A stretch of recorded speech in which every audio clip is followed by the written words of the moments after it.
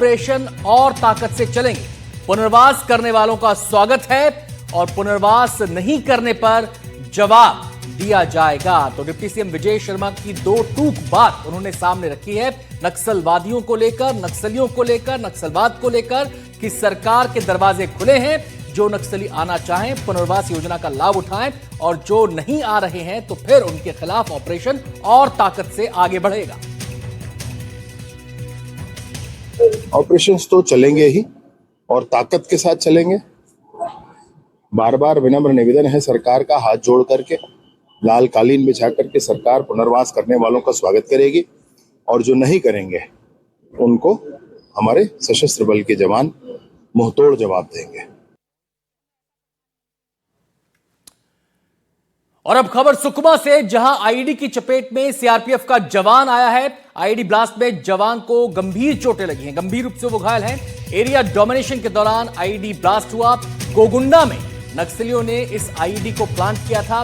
घायल जवान को एयरलिफ्ट किया गया और रायपुर लाया गया। इलाके में सुरक्षा बलों का सर्च ऑपरेशन अभी भी जारी है। तो अभी आपने डिप्टी सीएम विजय शर्मा को सुना, उन्होंने दो टूक कहा कि जो नक्सली पुनर्वास योजना के तहत मुख्य धारा में आना चाहते हैं उनका रेड कारपेट बिछा के स्वागत है और जो नहीं आना चाहते उनके खिलाफ ऑपरेशन और ताकत के साथ, मजबूती के साथ आगे बढ़ेगा।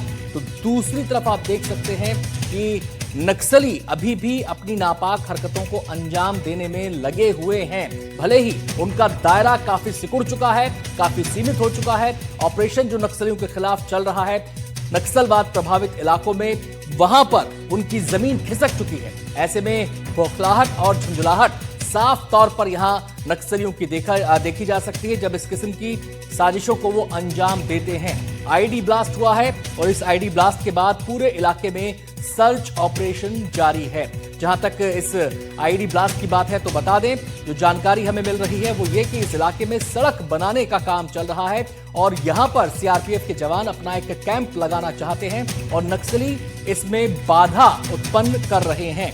ऐसे में ये आईईडी ब्लास्ट हुआ और उस आईईडी ब्लास्ट के बाद एक जवान घायल हुआ। दो संवाददाता हमारे साथ जुड़ गए हैं, विकास तिवारी बस्तर से हैं और सलीम शेख सुकमा से हैं। सबसे पहले हम बात करेंगे सलीम से ही, क्योंकि खबर हमने सुकमा की बताई।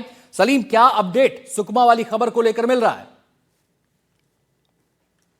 जी, फिलहाल अभी गोगुंडा के पहाड़ियों में जो आईडी ब्लास्ट हुआ था, उस आईडी ब्लास्ट में एक सीआरपीएफ 74वीं बटालियन के कांस्टेबल का पैर जद में आ गया था। उन्हें प्राथमिक उपचार के बाद रायपुर रिफर कर दिया गया है और पुलिस अफसरों का कहना है कि जिस तरह से गोगुंडा की पहाड़ियों में एक आखिरी कैंप सुकमा जिले का लगाया जा रहा है और उस कैंप तक पहुंचने के लिए सड़क निर्माण कराया जा रहा था और सड़क निर्माण के लिए ही एरिया डोमिनेशन किया जा रहा था और इस एरिया डोमिनेशन के दौरान ही आईईडी की चपेट में आने से जवान घायल हो गया है। क्योंकि ये जो इलाका है, गोगुंडा का जो इलाका है, जो वहां मलगेर एरिया कमेटी जो माओवादियों की सक्रिय रही है, बीते कई सालों से माओवादी आज वहां अपना दबदबा बना के रखे थे। आज भी माओवादियों की दमक वहां देखने को मिलती है और इसी इलाके से अब भी माओवादी सुकमा जिले के अलग अलग इलाकों में अपनी गतिविधियों को संचालित कर रहे हैं और बीच में जो माओवादियों की जो निचले कैडर हैं,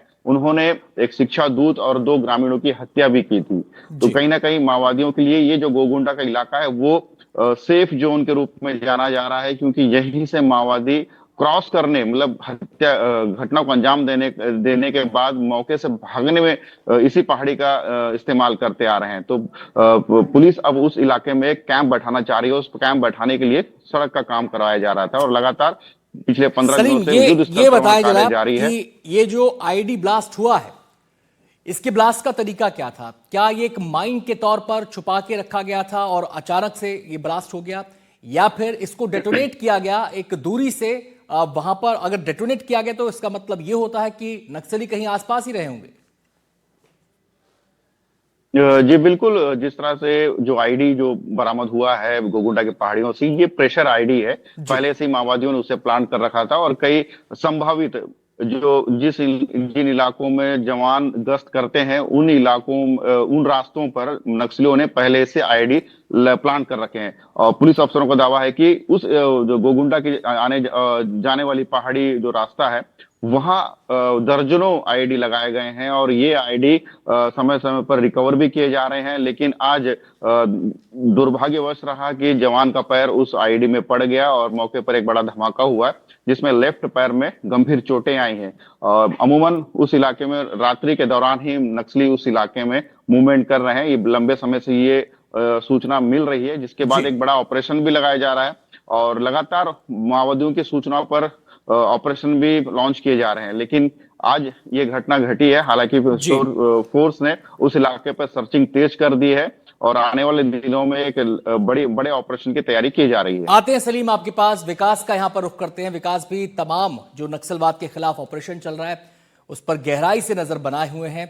विकास, अगर इस समय के स्टेटस की हम बात करें तो वो स्टेटस क्या है? एक तरफ बड़ी मात्रा में नक्सली सरेंडर कर रहे हैं, पुनर्वास के तहत मुख्य धारा में शामिल हो रहे हैं, और दूसरी तरफ एक धड़ा ऐसा नजर आता है जो अभी भी आईडी ब्लास्ट कर रहा है, प्लांट कर रहा है, चीजों को साजिश रच रहा है।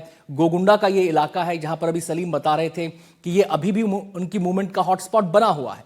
ऐसे में क्या ये चीजें दर्शाती हैं, इनका क्या संदेश है? देखिए, निश्चित ही तौर पर ये बात तो एकदम स्पष्ट हो गई है कि माओवाद जो है, जो माओवादी संगठन है वो दो धड़ों में बढ़ गया है, जिसमें एक धड़ा है वेणुगोपाल सोनू दादा और जो पुलिस ब्यूरो रहे हैं जिन्होंने अभी पुनर्वास किया है गढ़चिरौली में, और दूसरा धड़ा है देवजी का, जिसके साथ में हिड़मा, देवा, एर्रा जैसे लोग हैं, जिनके साथ में पूरी बटालियन है जो माओवादियों की लड़ने वाली विंग है। और इन्होंने साफ तौर पर इनकार कर दिया है कि वो किसी भी तरह से सरकार के सामने हथियार नहीं डालेंगे। यहाँ तक कि अभय के नाम से एक प्रेस नोट जारी करके उन्होंने वेणुगोपाल और रुपेश और सतीश कोपा को गद्दार तक कह दिया, और ये भी कह दिया कि उन्होंने पार्टी के साथ गद्दारी की है, कोवर्ट जैसे शब्दों का इस्तेमाल भी किया है।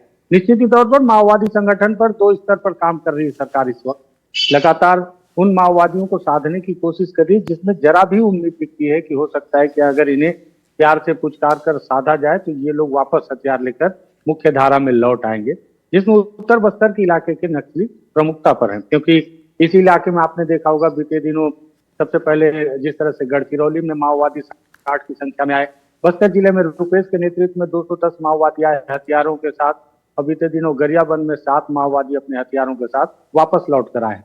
अभी भी बहुत सारे माओवादी हैं जो उस इलाके से वापस लौटना चाह रहे हैं, या तो उनका संपर्क नहीं हो पा रहा है या अभी भी उनके मन में थोड़ी सी संशय की स्थिति बनी हुई है।